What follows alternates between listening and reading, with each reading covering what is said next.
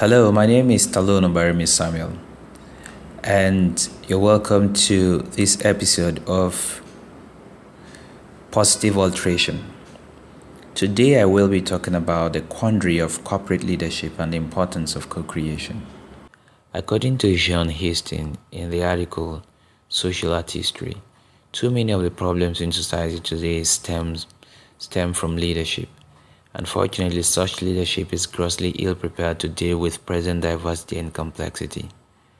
More unfortunate is the fact that this is not about inadequate training in a world that has supersonically become a global village, but even more tragically, it's about a lack of human resourcefulness.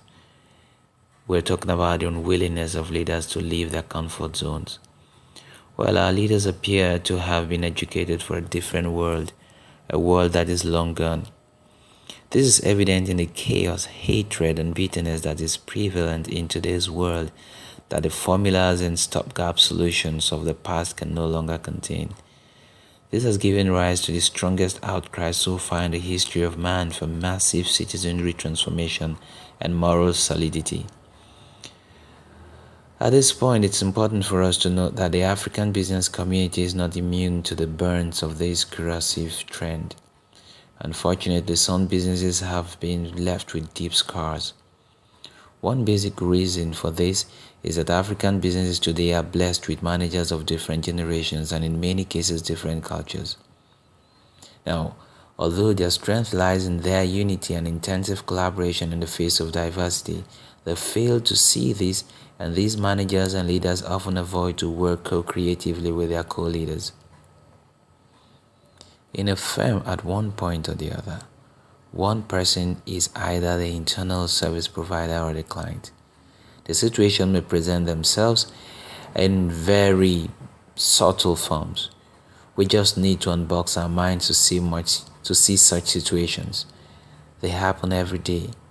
Now, because humans are naturally creative, they want to shape their own experiences. I like to point out that if I have to spend 10 seconds talking or dealing with you, I obviously want to influence how I feel at the end of the day. Little wonder why we have so much friction in the world. The philosophy of co-creativity is to give everyone a chance to shape their experiences.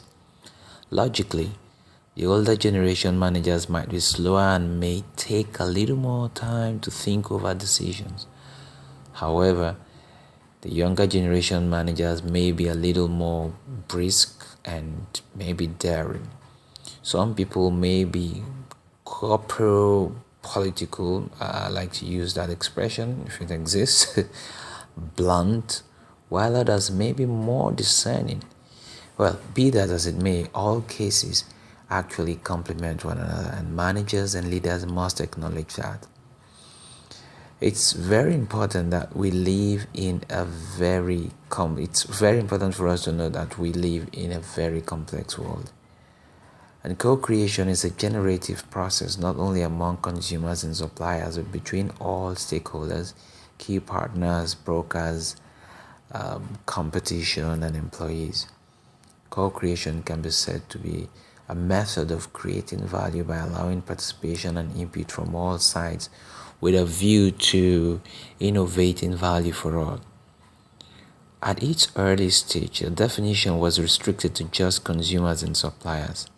Today, it has gone broader into including all stakeholders. Today, co-creation is considered to be the key in the future, whether it be for innovation, marketing, or distribution purposes. I also like to add that it's also the key to high employee performance, strong corporate leadership, and probably a saner world. Organizations must continue to work towards balancing the drive for revenue with the education of their managers and their leaders to be more socially responsible and be more accommodating. Usually, when the stories across different generations and cultures are allowed to be told and adequately listened to, the resultant story is bigger, better, and bolder.